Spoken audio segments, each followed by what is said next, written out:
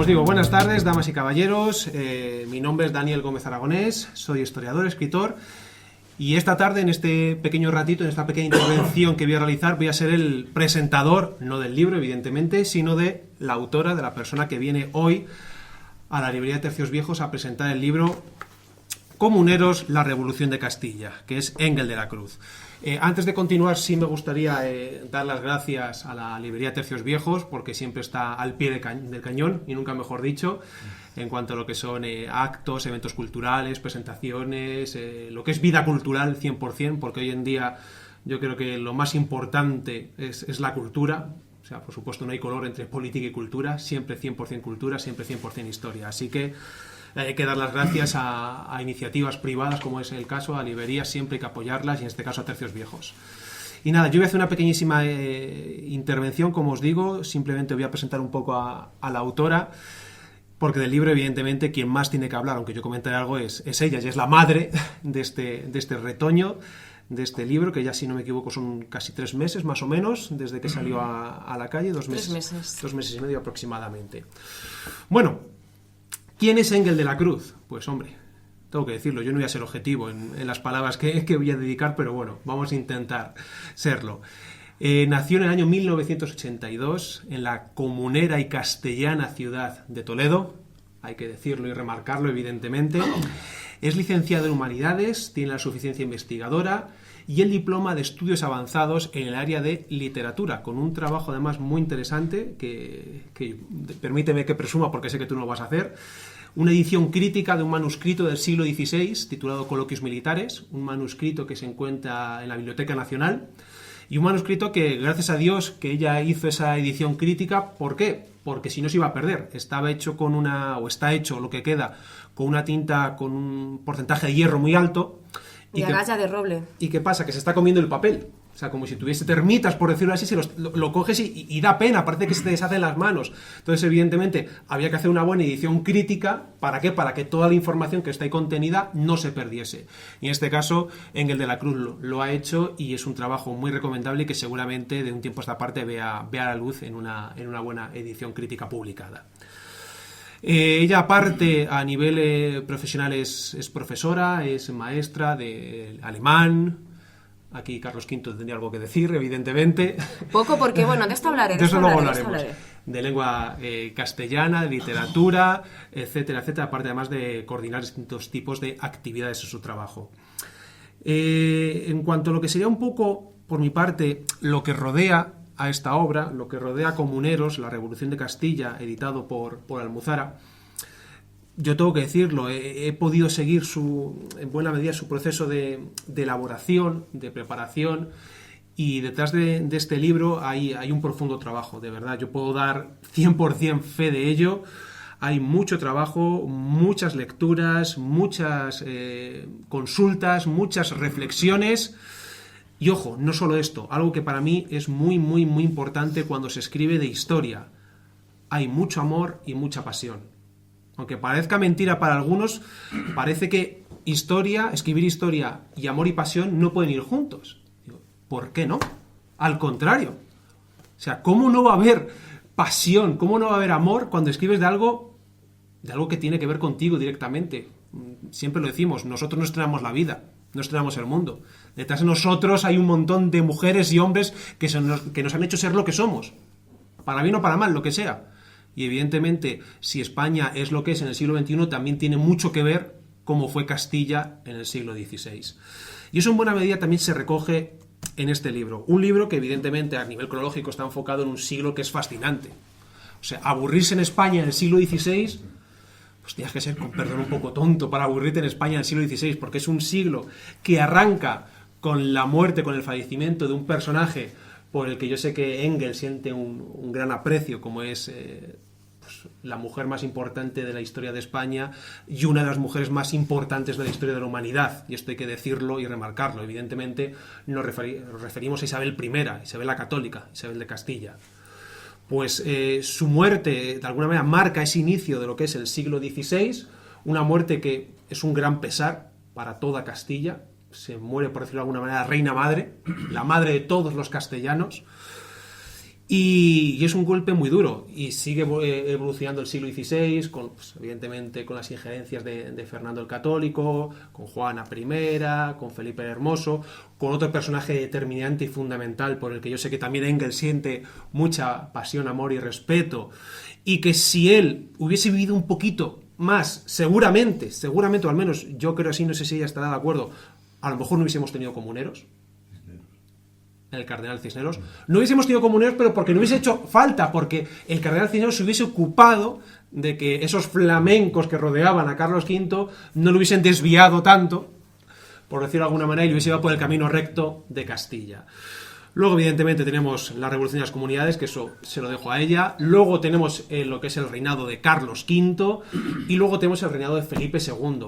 Y el siglo XVI prácticamente acaba con la muerte del propio Felipe II en el año 1598. Por lo tanto, un siglo, para mí, sinceramente, espectacular. ¿Y qué podemos encontrar en este libro? ¿Qué podemos encontrar en Comuneros, la Revolución de Castilla? Pues podemos encontrar, de una manera yo creo que muy clara, muy didáctica, muy directa, lo que es un proceso que a nivel histórico es muy cortito, porque grosso modo en verdad estamos hablando 3 años, más o menos, 3-4 años, pero que dieron mucho de sí, Y para tenerlo todo claro, yo creo que es bueno seguir como una especie de cronología, de paso a paso. Y eso, el libro de Engels de la Cruz, yo creo que lo hace muy, muy, muy bien. Aparte, algo que a mí me ha gustado mucho cuando pude leer el libro es que se nota que es una persona muy imbuida del siglo de oro, de la tradición de la literatura castellana, de la tradición de la literatura española, y esos dejes, esas reflexiones, esos refranes a lo que es el ámbito de nuestra literatura, yo creo que enriquecen muchísimo, muchísimo la lectura. Y otro punto que yo también destacaría del libro es que el libro no acaba en 1522, porque no olvidemos, y gracias a Dios este libro reivindica eso. La Guerra de las Comunidades, los comuneros no acaban en 1521. El quinto centenario de los comuneros no acaba en 2021. Todo esto continúa en 1522 y por en 2022. Pero, ¿qué quiero decir? Una cosa que me gusta mucho de esta obra es cómo continúa, por decirlo de alguna manera, los comuneros después de los comuneros. Cómo la cuestión de las comunidades tiene un largo recorrido, especialmente en lo que es el siglo XIX y el siglo XX. Cómo es muy difícil entender una buena parte a nivel político, ideológico, idealista incluso de lo que es el siglo XIX y el siglo XX español sin los comuneros. Y eso en este caso Engels de la Cruz creo que lo hace muy, muy, muy bien, y no lo digo por tenerla aquí a mi lado, sino porque es un trabajo estupendo y magníficamente bien hecho. Y nada, no me quiero alargar mucho más, simplemente ahora, delante de todo el mundo y delante de los seguidores que nos están viendo por internet, por YouTube, darte mi más sincera y rotunda enhorabuena por este trabajazo que te has marcado, por reivindicar una parte fundamental de nuestra historia y porque, como dice el poeta, desde entonces ya Castilla nos ha vuelto a levantar. Pues bien, esta tarde, durante un ratito, Castilla, gracias a Engels de la Cruz, se levanta. Muchas gracias.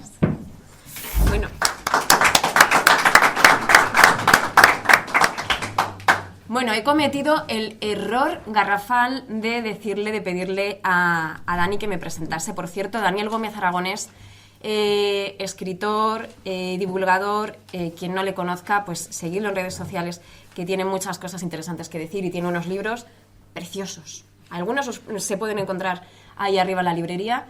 Bueno, pues he cometido el error garrafal de dejar que me presente, porque ya me ha presentado tan bien que ahora, ¿qué digo? O sea, me has puesto tan bien que ahora ya todo lo que diga va a parecer, me va a decir, bueno, este hombre nos ha vendido aquí la moto totalmente y esta señora, pero bueno, que se nota que desde luego que ha sido una presentación desde el conocimiento. Conocerse también lleva cariño y demás, entonces se nota también que esta presentación viene por el cariño.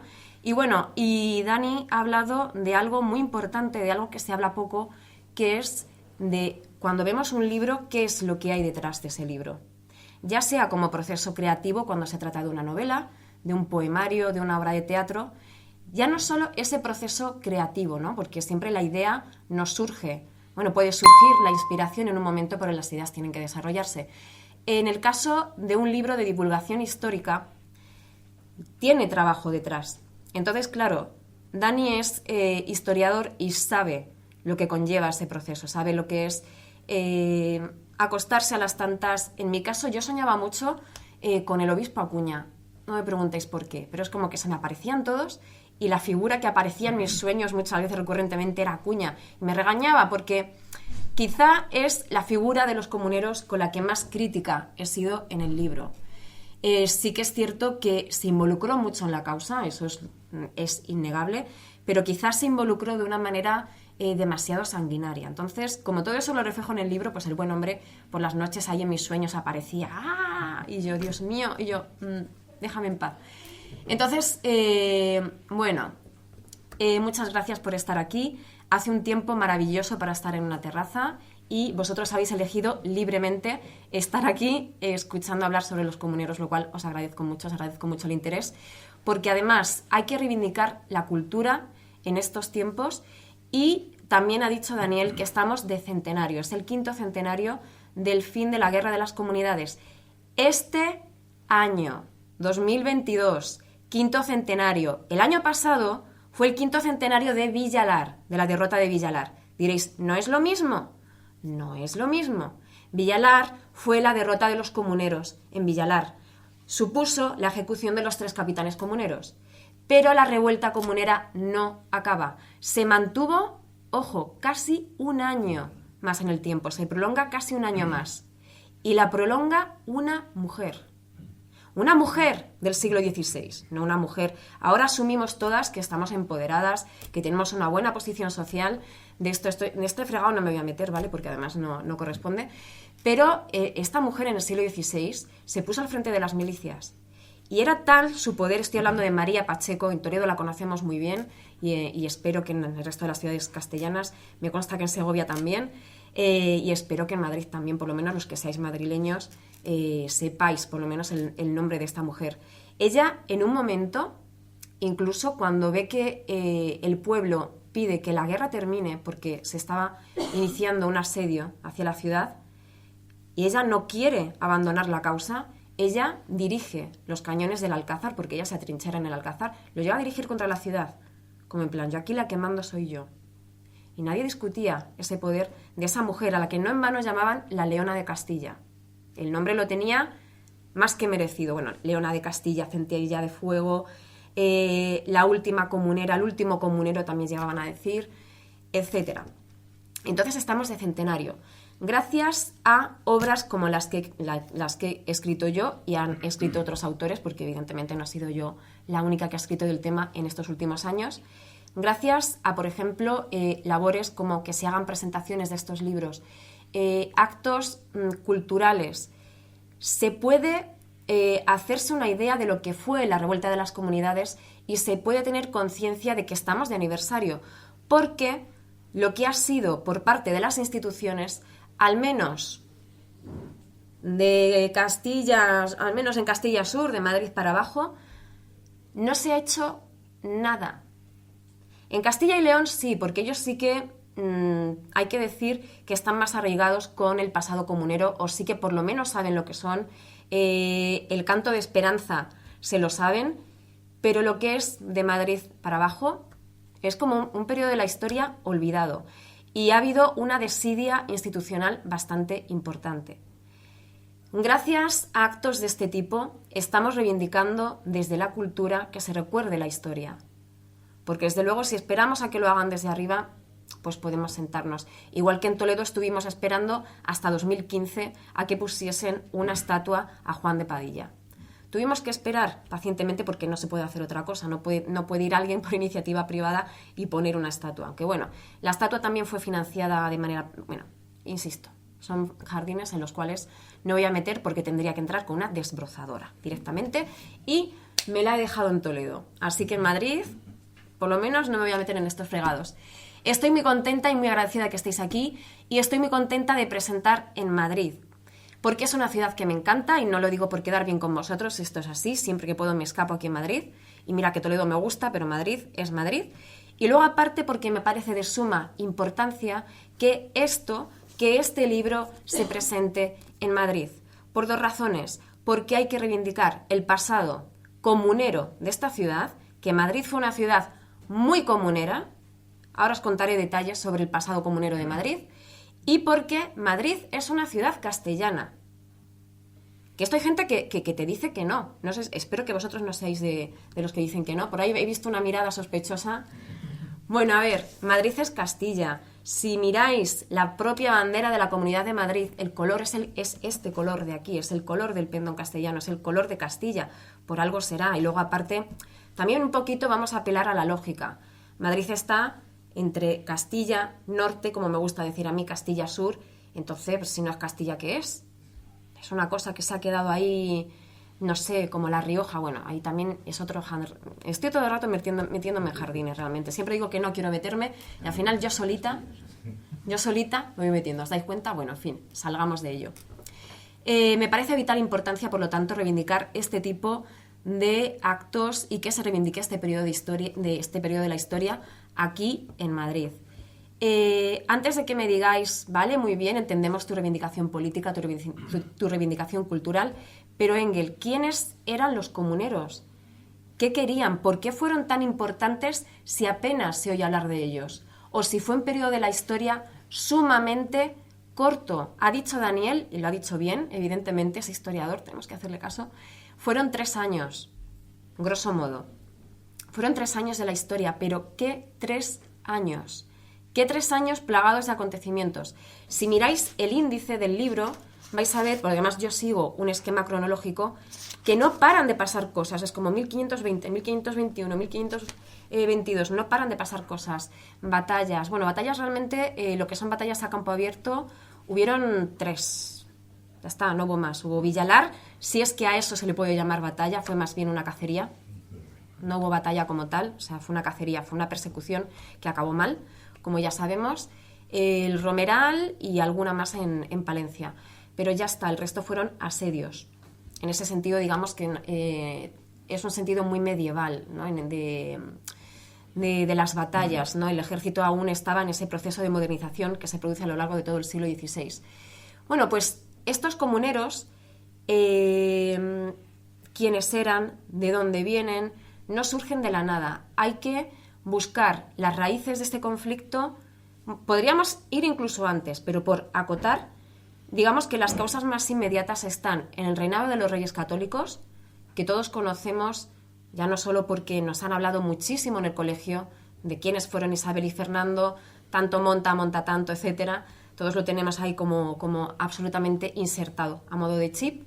Y también por la serie de Isabel la Católica, que está bastante bien.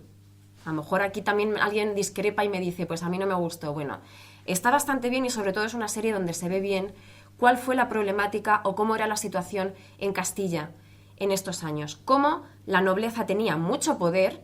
Los nobles fueron los que ponen en el poder a Isabel y Fernando. ¿Que Isabel y Fernando eran de armas tomar? ¿Ambos? Sí. Pero quienes ayudan a conseguir el poder fueron los nobles. Entonces, claro, Isabel y Fernando eran muy listos, dijeron, a esta gente hay que cortarle, ¿no? Hay que bajarles un poquito que están muy subidos.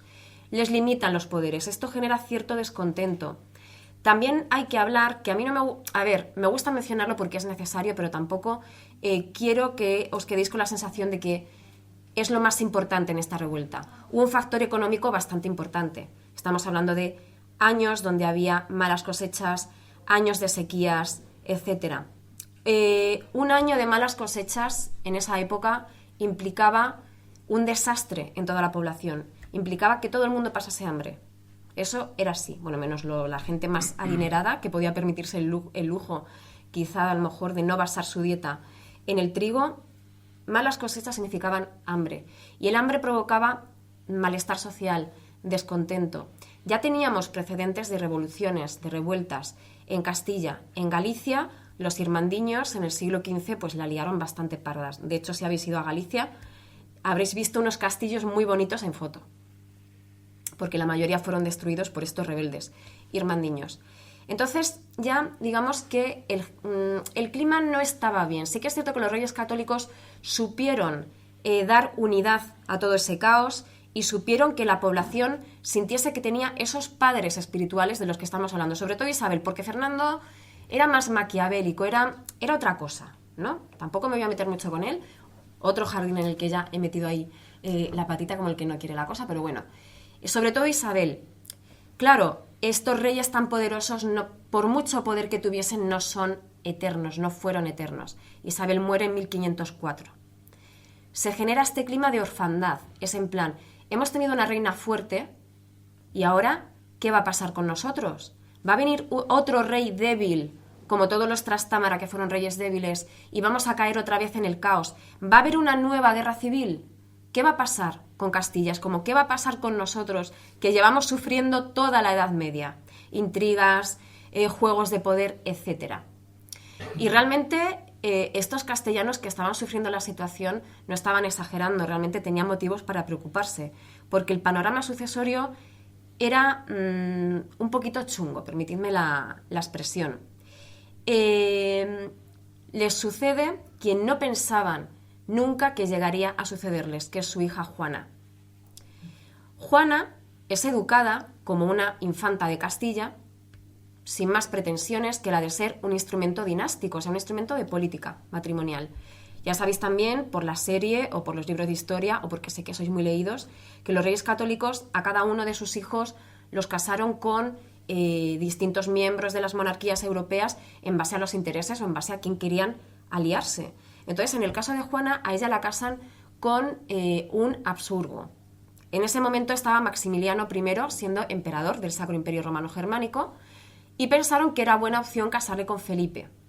Felipe de Habsburgo, que era famoso en esa época por ser una persona muy agradable. Se le llamaba hermoso, muchas veces la gente piensa que se le llamaba Felipe el Hermoso por exageración, ¿no? Por esta locura de amor que tenía Juana hacia su marido, o que se le llamaba el Hermoso un poco irónicamente, en plan, anda, si la mujer estaba tan loca por él, qué hermoso sería. No, es que realmente era hermoso, o sea, era agradable. Se decía de él que era un príncipe agradable, o sea, que tenía buena presencia y que tenía buena conversación. Se casa con Felipe el Hermoso y en el momento en el que se casan no pueden saber que su futuro es el de ser reyes de Castilla. Se casan, van muriendo los sucesores de Isabel en el trono para Castilla y queda Juana y Felipe en la sucesión. Problemas. Felipe es extranjero, Felipe es un rey extranjero, es un Habsburgo, como ya hemos dicho. Sí que es cierto que fue más inteligente de lo que fue su hijo más tarde y no se dejó rodear tanto de gente de su país o no se dejó influenciar, se dejó, digamos, también rodear de buenos consejeros castellanos. O sea, hubo mucha gente en Castilla que, digamos, que apoyaba a Felipe. A ver, entre comillas, apoyaban a Felipe porque no querían a Fernando, ni en pintura. Entonces era como en plan, antes que Fernando, apoyamos al Borgoñón, venga, quien sea. Entonces, este rey era muy ambicioso y no llegaba a gustar. Significaba también que se iba a instaurar una nueva dinastía en España extranjera, pero bueno, ese no era el peor de los problemas. Siempre se tiende a pensar en general, o sea, en los comuneros en particular y en las personas del siglo XVI en general, se tiende a pensar que eran bastante xenófobas, que tenían miedo a lo extranjero. No, o sea, es que los reyes se casaban siempre con gente extranjera. Y estaban acostumbrados a ver extranjeros en la corte, entonces no tenían ese sentimiento xenófobo. Muchas veces, entre todas las barbaridades que tengo que leer a menudo acerca de la guerra de las comunidades, leo a menudo que el malestar venía por esta presencia de extranjeros, ¿no? Porque ellos realmente eran muy castellanos, muy cerrados y eran xenófobos, ¿no? La gente de esa época estaba acostumbrada a ver extranjeros, a tratar con extranjeros, etc. Ese no era el motivo. Y claro, estaba Felipe gobernando y Juana, que era la legítima reina porque era la hija de los reyes, ya en esa época tenía fama de inestable. Vamos a decir que el apelativo de Juana la Loca no es algo que se puso a posteriori. Ya en ese momento había como cierto rumor en la corte de que la reina no andaba muy bien de la cabeza. Sí que es cierto que las infidelidades de su marido no ayudaron tampoco a la estabilidad emocional de la reina, pero también hay que decir que sin saber a ciencia cierta al 100% de qué naturaleza eran las dolencias psíquicas de Juana de Castilla, sí que es cierto que convenía mucho tenerla encerrada, tanto a su propio padre, a Fernando de Aragón, como a su marido, a Felipe de Habsburgo. Les convenía tenerla encerrada, porque eso significaba que ellos tenían más poder sobre ella. Por lo tanto, locura real, complot político, eso os lo dejo cada uno cuando os leáis el libro, o los que ya os habéis leído el libro ya me contaréis qué pensáis, pero ahí lo dejo en el aire. ¿Fue un complot? ¿No lo fue? ¿Ella realmente estaba loca o no estaba tan loca como se nos dice? Entonces, ese momento, repito, 1504, crisis de sucesión, no se sabe muy bien qué va a pasar. Empieza otra vez ese malestar y ese clima como de preguerra civil, ¿no? En plan, entre los partidarios de Fernando, entre los partidarios de Felipe, y de repente se muere misteriosamente Felipe de Habsburgo, se muere Felipe el Hermoso. Estaba en Burgos y de repente, al parecer, tras tomar un vaso de agua, se muere.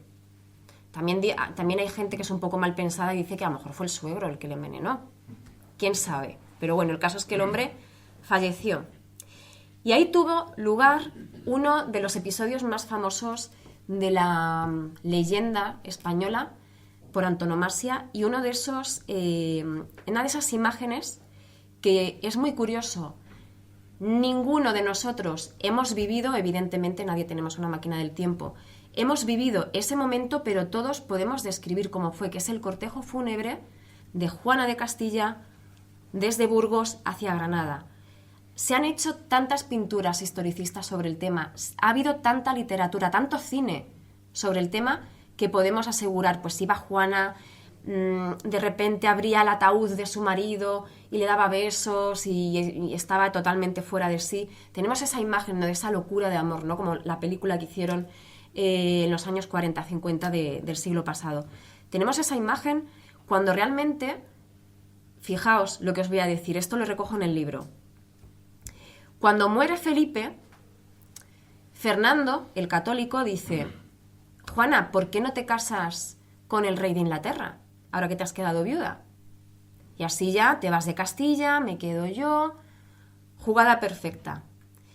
Y Juana dice: no, mientras esté mi marido de cuerpo presente, o sea, mientras no se entierre mi marido, yo no me puedo casar. El cortejo fúnebre dura 8 largos meses. Durante esos 8 largos meses ya no se plantea otra vez que se case. Por lo tanto, ¿locura de amor o estrategia política? Ahí lo dejo para que lo penséis. Para que penséis vosotros aquí mismo o luego en vuestra casa decir, bueno, esta mujer realmente pues era lista, estaba enamorada, las dos cosas, ya pensad lo que queráis. Bueno, en este clima, como os he dicho, bastante hostil, llega, porque es necesario que llegue, Carlos I. Carlos I llega al poder mediante un golpe de Estado. Él realmente no tendría que gobernar hasta que fuese mayor de edad, pero es coronado rey de Castilla en 1516.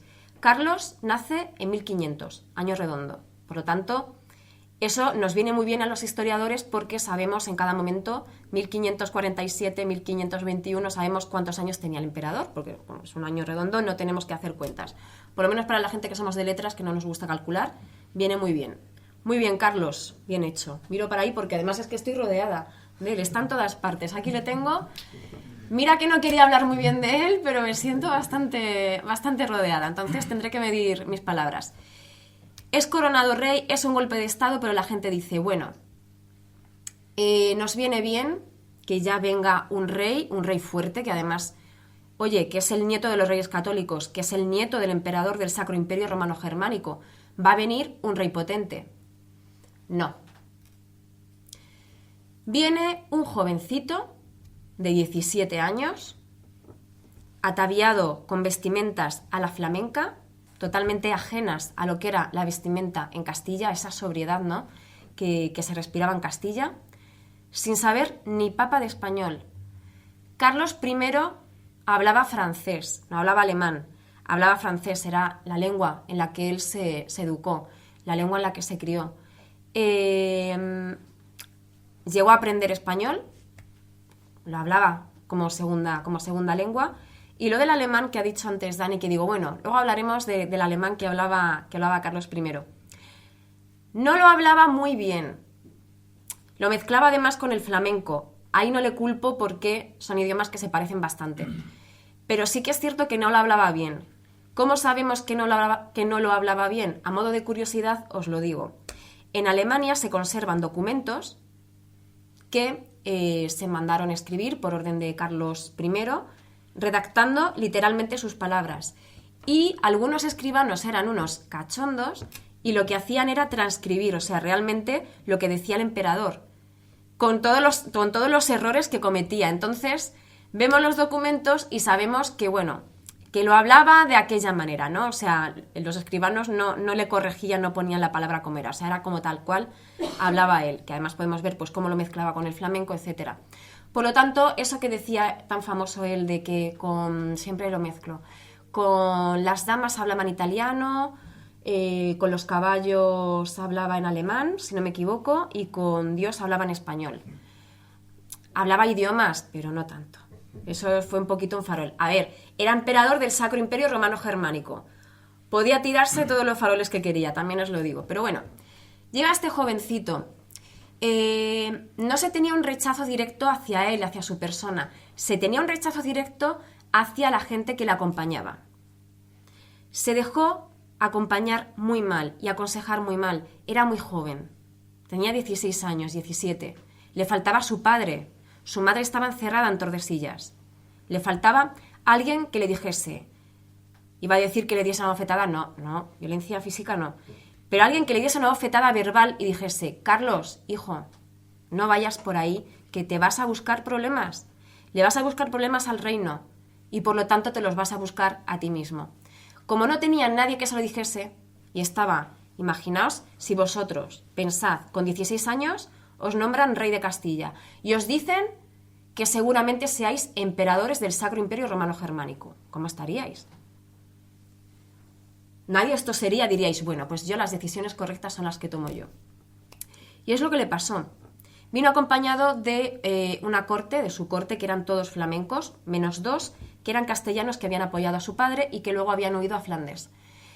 Y estos flamencos, cuando llegan a Castilla, dicen, se frotan las manos, ¿no? Como moscas. Dicen, qué tierra más rica, cuánto dinero, qué saneadas han dejado las arcas los reyes católicos. Y qué ha arruinado esta Flandes, qué ha arruinado esta zona del imperio.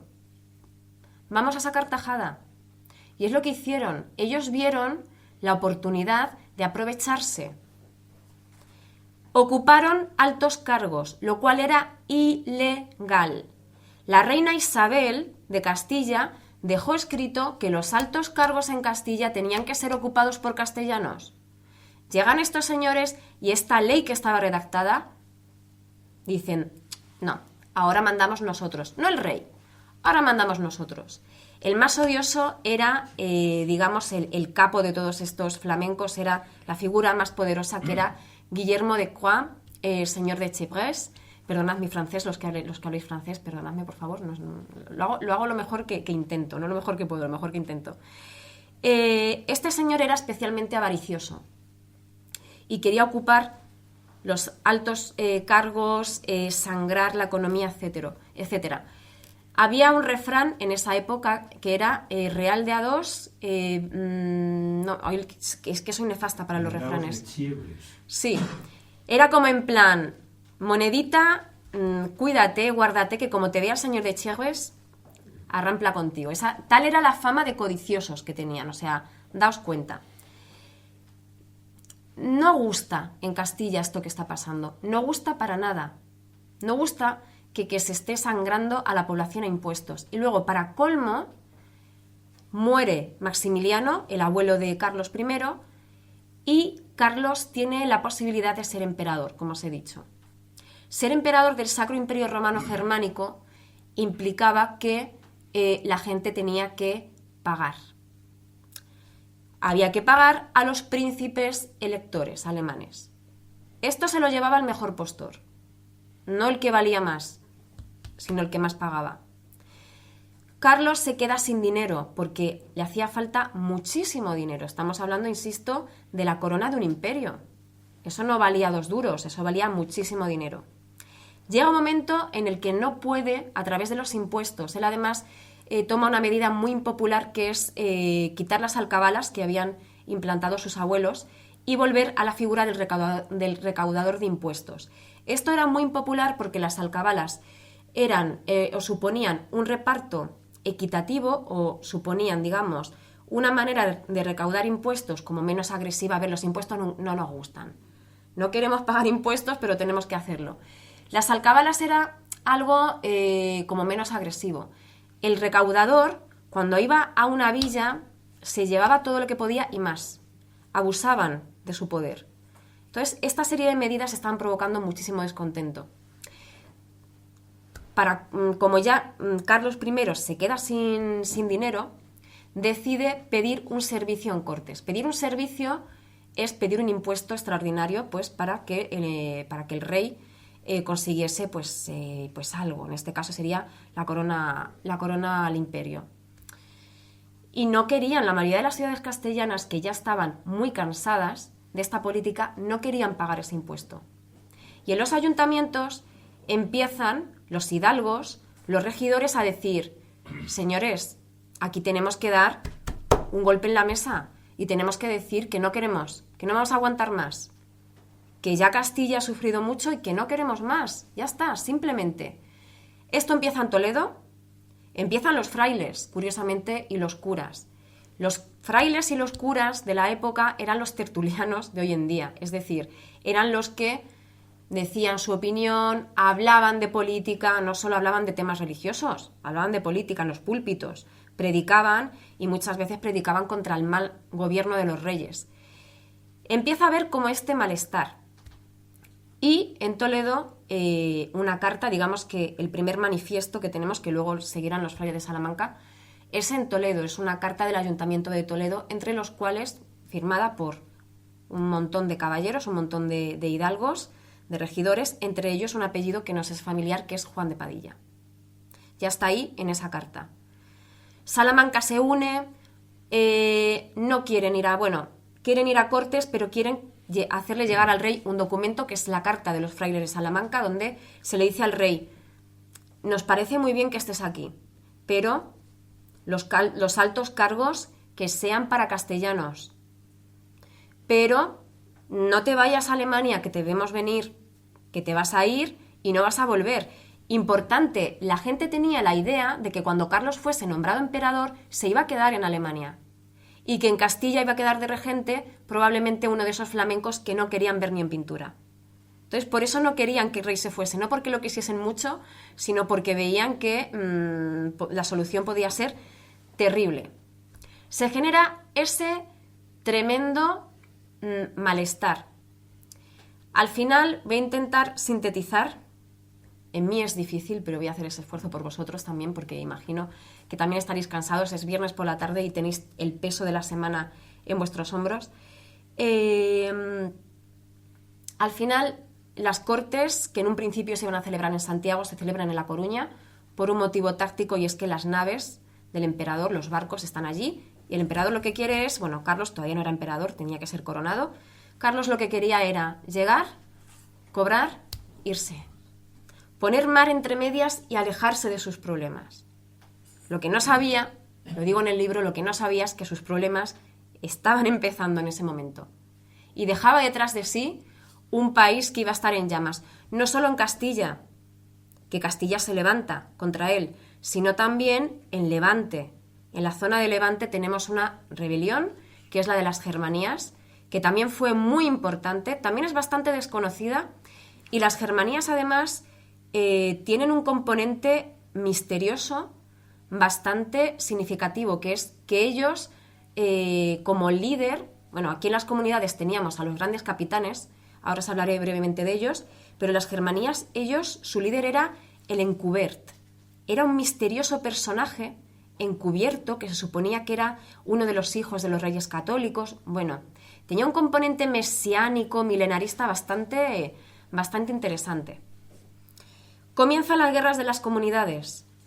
El primer sitio donde el pueblo se levanta es en Segovia. En Segovia llega uno de esos procuradores que ha ido a Cortes, que ha votado que sí al servicio, pero porque ha sido sobornado. Y como os podéis imaginar, el pueblo no lo recibe con los brazos abiertos. No. El pueblo lo recibe con un linchamiento que acaba con su muerte. Llegan noticias de estos sucesos. No fue el único que murió. Un día antes murieron dos regidores más. Llegan noticias a oídos del ejército imperial, bueno, del ejército realista, y dicen hay que hacer algo. Comienza el asedio de Segovia. Ya a partir de ahí, si queréis saber más datos, por supuesto tenéis el libro donde viene todo relatado, cómo se fue sucediendo la guerra. Esta guerra además tiene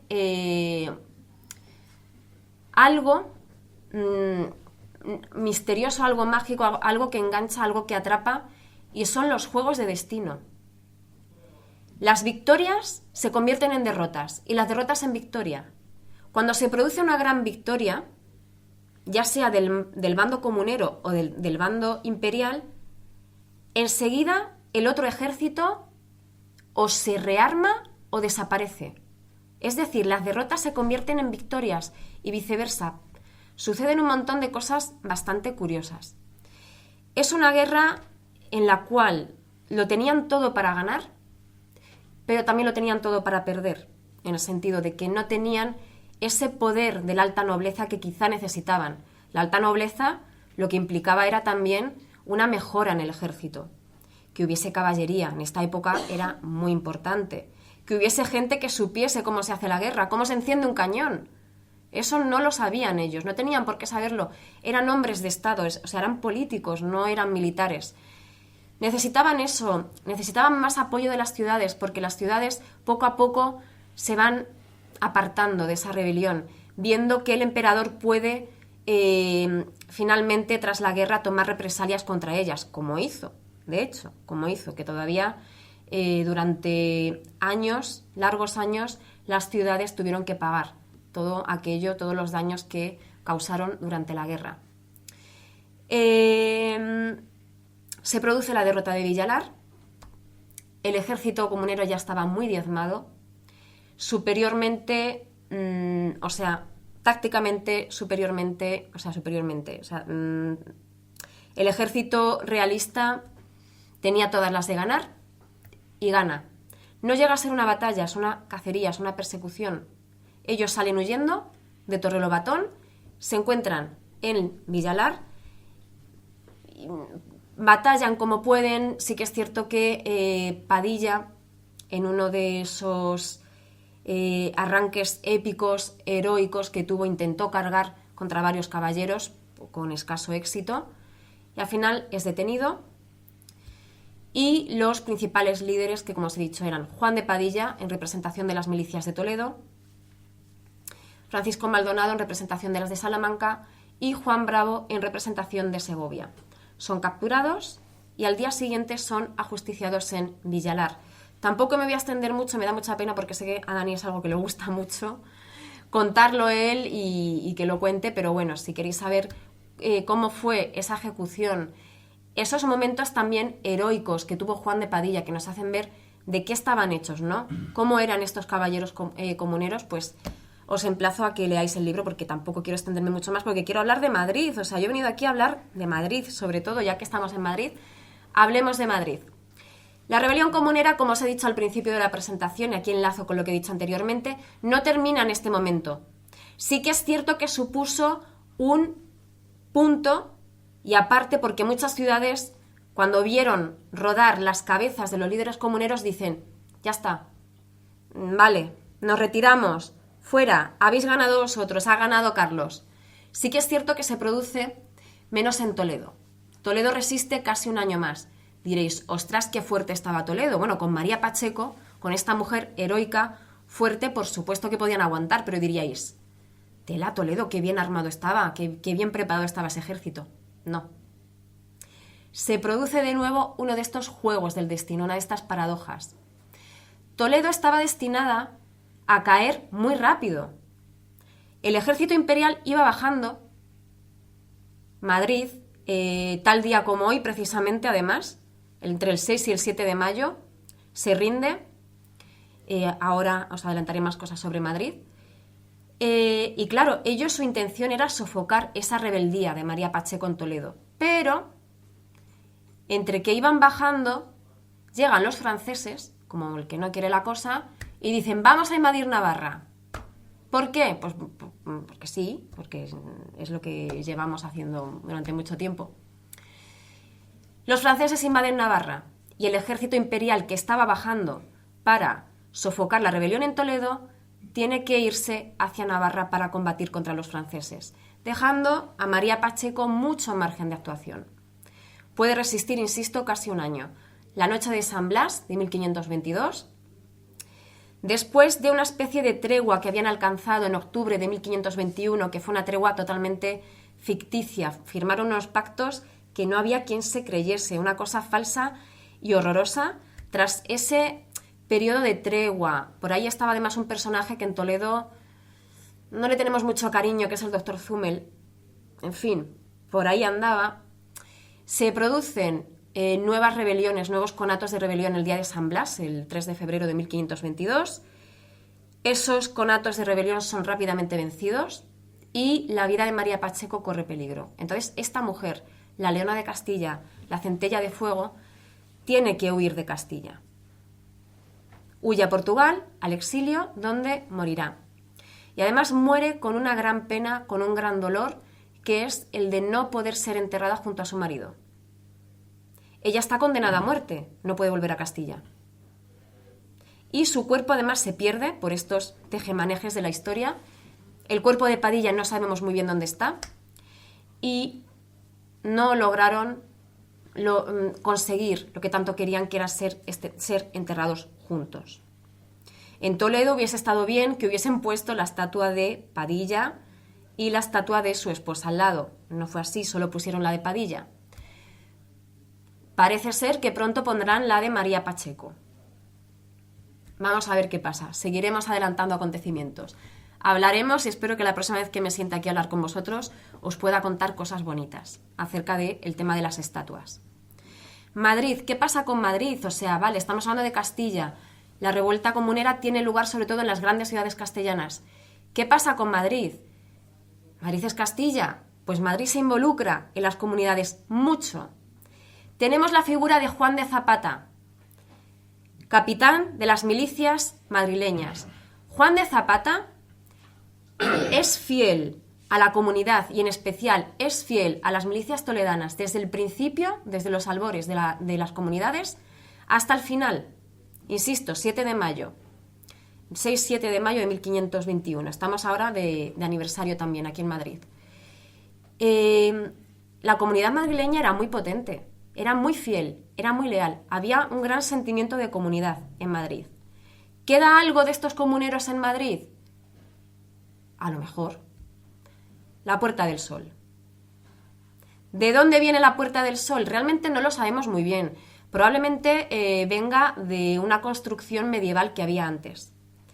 Pero hay una teoría que se maneja mucho y aquí ya nos movemos en el pantanoso terreno de las leyendas. ¿Hasta qué punto es leyenda? ¿Hasta qué punto es verdad? Hay teorías que afirman que la Puerta del Sol fue construida a modo de fortín por los comuneros, porque las fuerzas imperiales en Madrid, capitaneadas además por una mujer, por la mujer del corregidor de Madrid, estaban siendo como muy acosadas. Entonces necesitaban hacerse fuertes y construyeron este fortín, que era conocido como Puerta del Sol porque tenía un sol pintado. ¿Ese sol, de dónde viene el sol de la Puerta del Sol? Según algunas teorías, insisto, ya estaba antes y lo único que hicieron los comuneros fue atrincherarse en esta construcción. Según otras, pues porque le gustó al que hizo la puerta, dijo, pues voy a poner un sol. Bonito, un símbolo precioso. Y según otras teorías, que son las más bonitas, las más poéticas, vete a saber tú si será la correcta, porque el sol representaba a la comunidad, porque el sol es común para todos. El sol es para todos, como la comunidad, el sentimiento de comunidad, el sentimiento de solidaridad y el sentimiento que tenían los comuneros. ¿Será verdad? ¿Será mentira? Es bonito pensar que es verdad. Que existía esta Puerta del Sol comunera y que tenemos algo tan emblemático en Madrid y en toda España, porque nos comemos las uvas con la Puerta del Sol. Que tengamos este residuo comunero tan presente. Al igual que la calle Carretas. La calle Carretas, hay muchas teorías acerca del origen de por qué la calle Carretas se llama calle Carretas, y una de estas teorías es también de época comunera, que nos dicen que la Puerta del Sol era el fortín y en la calle Carretas tuvieron que hacer como una especie de barricada improvisada con carretas que había en un hospital cercano. Entonces se piensa que puede ser uno de los orígenes de la comunidad en Madrid, o sea, de la calle Carretas, como otro de esos símbolos, como otro de esos residuos comuneros que tenemos aquí en la capital de España, ni más ni menos, en el corazón de Castilla, en el mismísimo centro de Castilla. Hubo comuneros madrileños famosos, ya no solo Juan de Zapata, sino, si nos vamos un poquito más abajo, a Navalcarnero, hubo uno súper emblemático, famoso, que fue Arreo. El comunero Arreo, el cual tiene un monumento en Navalcarnero. Bueno, Navalcarnero tiene un conjunto escultórico dedicado a Castilla impresionante. ¿Por qué no está eso en Madrid? Yo me pregunto, ¿por qué no está eso mismo que podemos ver en Navalcarnero? Que si no lo conocéis, mañana que va a hacer buen tiempo vais y además os dais una vueltecita, es un sitio muy agradable para visitar. ¿Por qué no está en Madrid? ¿Por qué nos tenemos que ir a Navalcarnero para ver unas esculturas tan representativas de nuestra historia? ¿Por qué?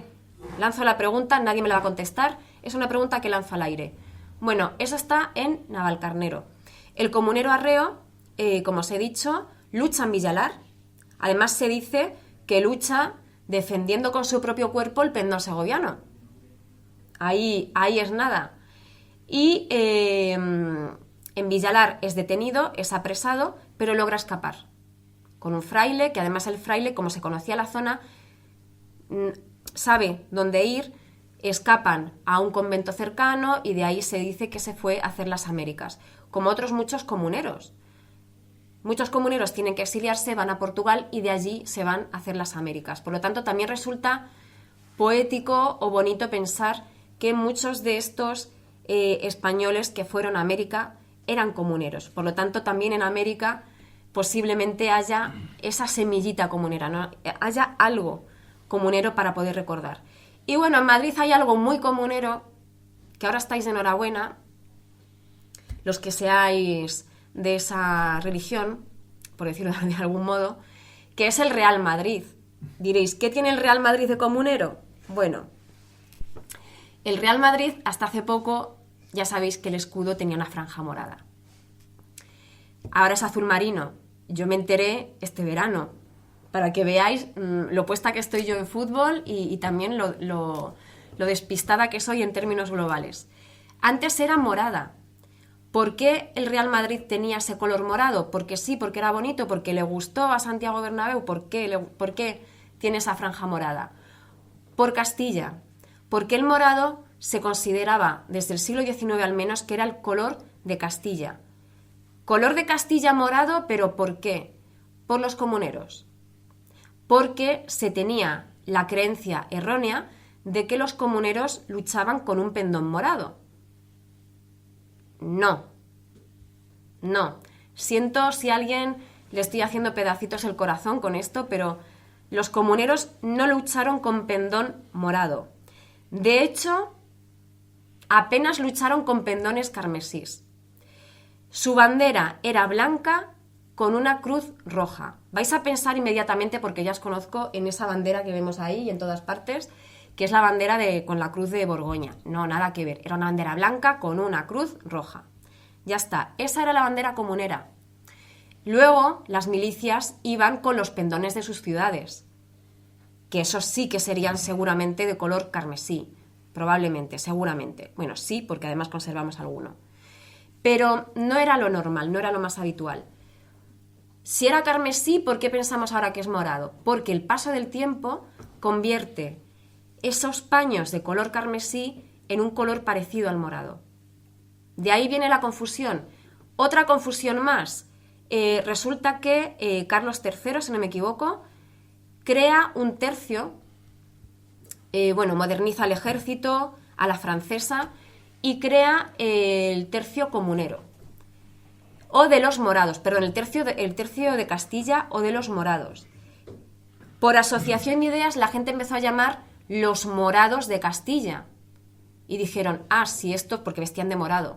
Pero antes se llamaban de Castilla. Asociación de ideas, también un poquito errónea, morado, Castilla, ya está.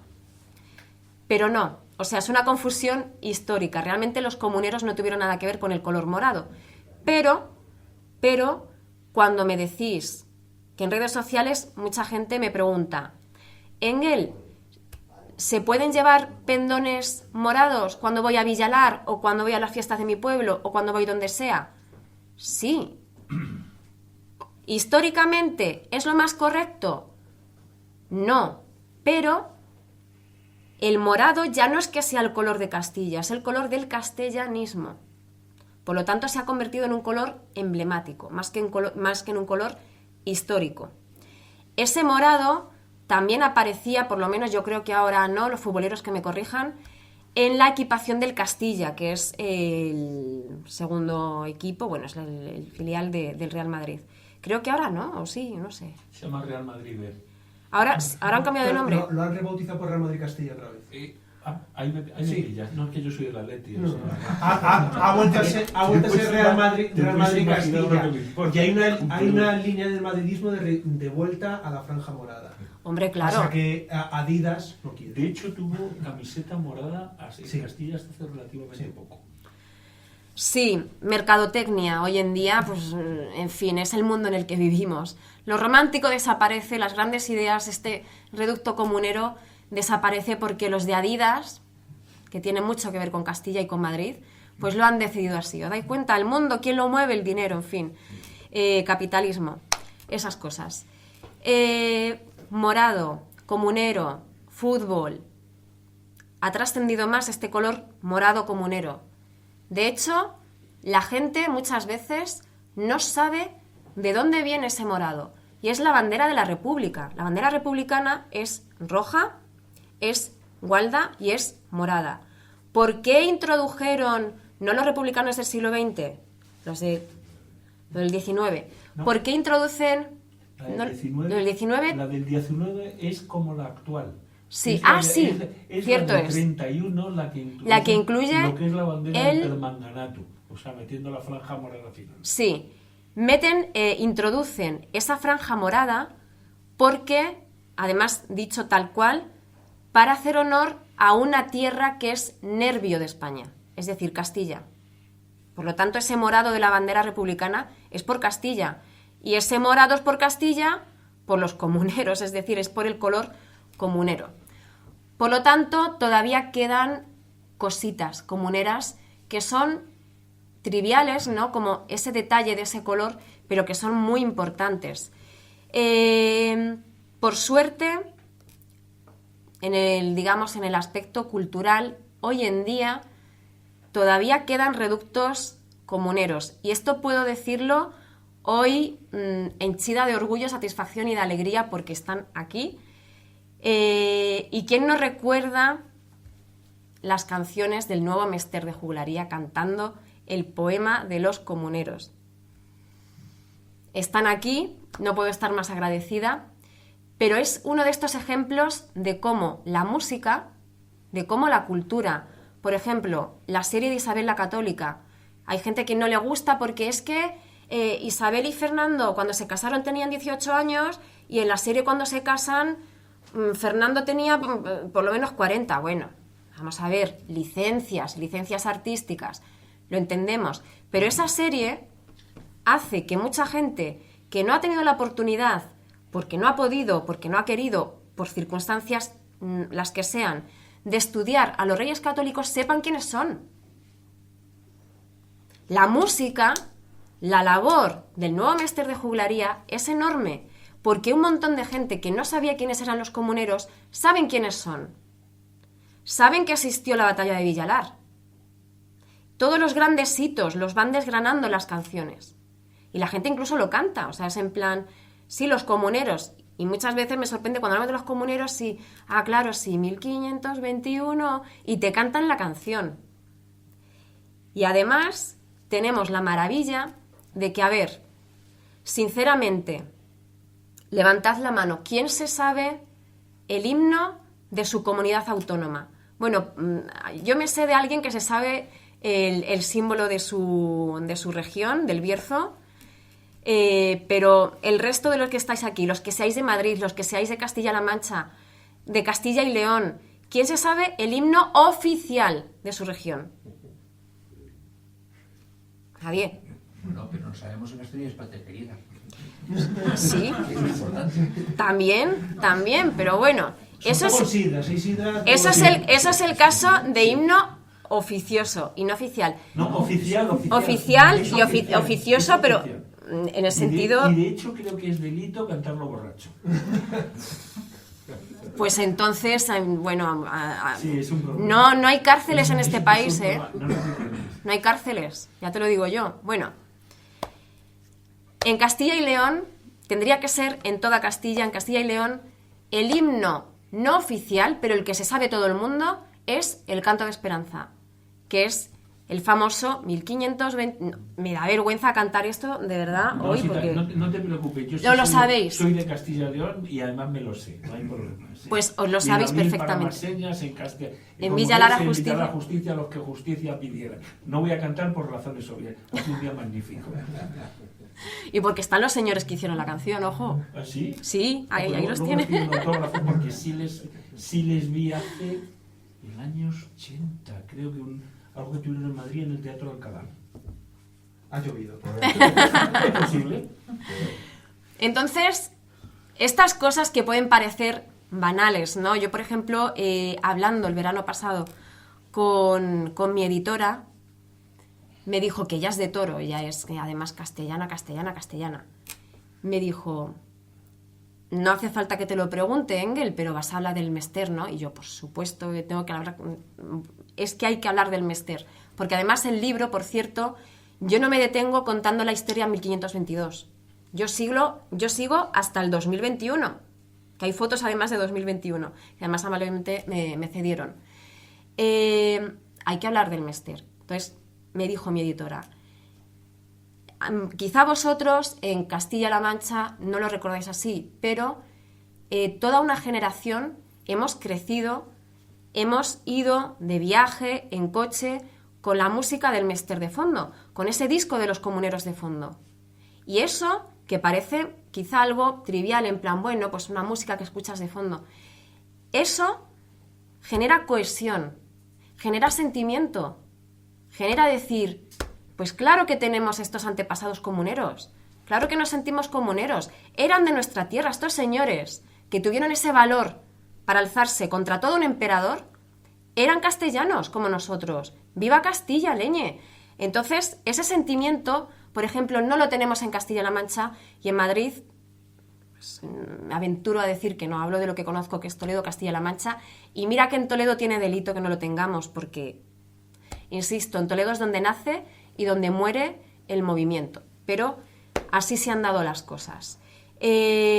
Por mi parte, no os voy a tosigar, a agobiar, a incordiar más. Ahí fuera hay un sol precioso y un día maravilloso que podéis disfrutar. Solo os puedo dar las gracias. Hay muchas cosas que no he podido decir por limitación de tiempo, pero tenéis aquí este libro.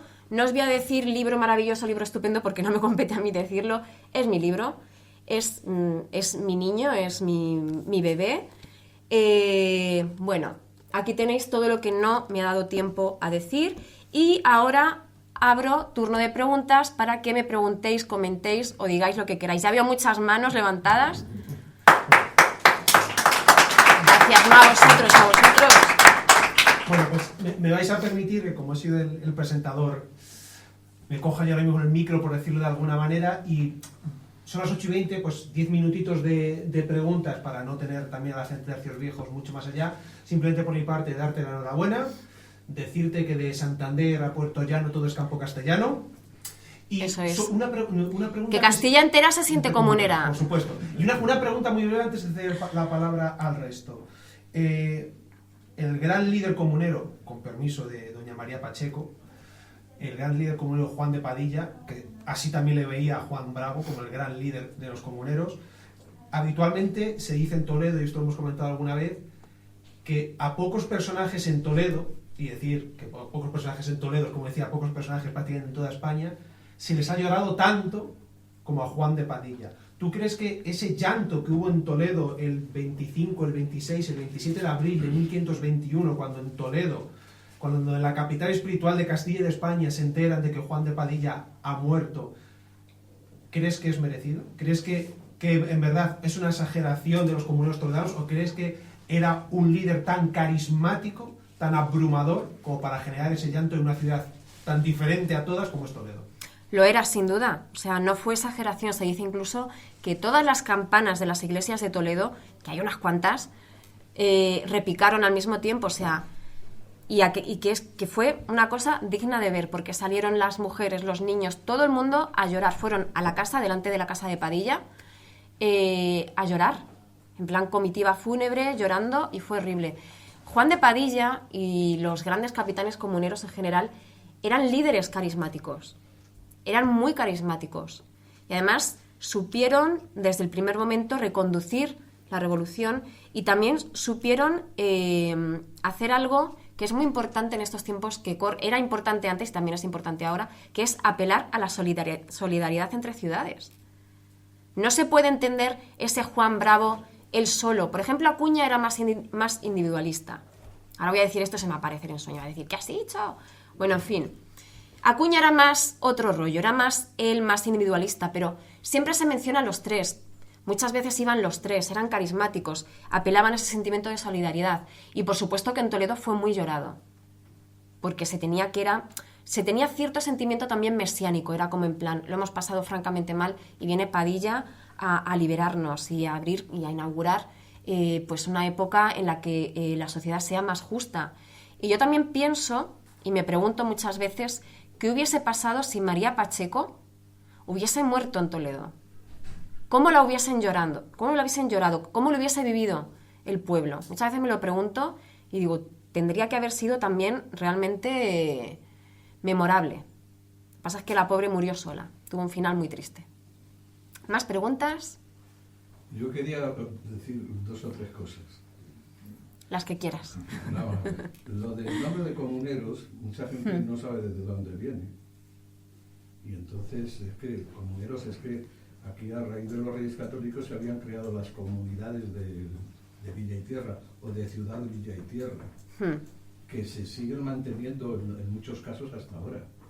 Por ejemplo, nosotros en Segovia, la comunidad de Villa y Tierra de Segovia viene hasta aquí abajo, de manera que siempre decimos que Madrid es el pueblo más grande de la provincia de Segovia. Porque por el Sermo de Casarrubios baja hasta Navalcarnero. En Navalcarnero veis en la fachada, veis el acueducto, ¿no? Entonces, ¿quiénes eran los comuneros? Pues los comuneros eran los que pertenecían a las comunidades, pero es que las comunidades en su momento se reunieron para establecer y presentar arriba la ley perpetua. Así es, nuestra primera constitución. Y esa ley perpetua, si se leyera ahora, que por cierto se puede leer porque la acaba de publicar Joaquín González, viene un principio preconstitucional para ahora, serviría para muchas cosas. Es muy interesante. Entonces, los comuneros son los que, siendo de las comunidades, se juntaron para pelear a defender los derechos que tenían. Y entonces, claro, mira, Rafa y yo nacimos en Segovia, en el mismo bloque, en la calle de la Muerte. Sí. Que aquel que se dejó engañar por Carlos I en Coruña, le ajusticiaron en el río Clamores, que apesta con sus olores, por cierto. Pues nada. A ver. Y luego la última versión, otra versión existente sobre el color morado, es una logia masónica llamada Claro. Comuneros de Madrid. Sí. Pero ellos cogen ese color morado de los comuneros. Ya existía ese equívoco. Del color desteñido. Luego a continuación se introduce la bandera Sí. republicana, más que otra cosa por un capricho de la Rux.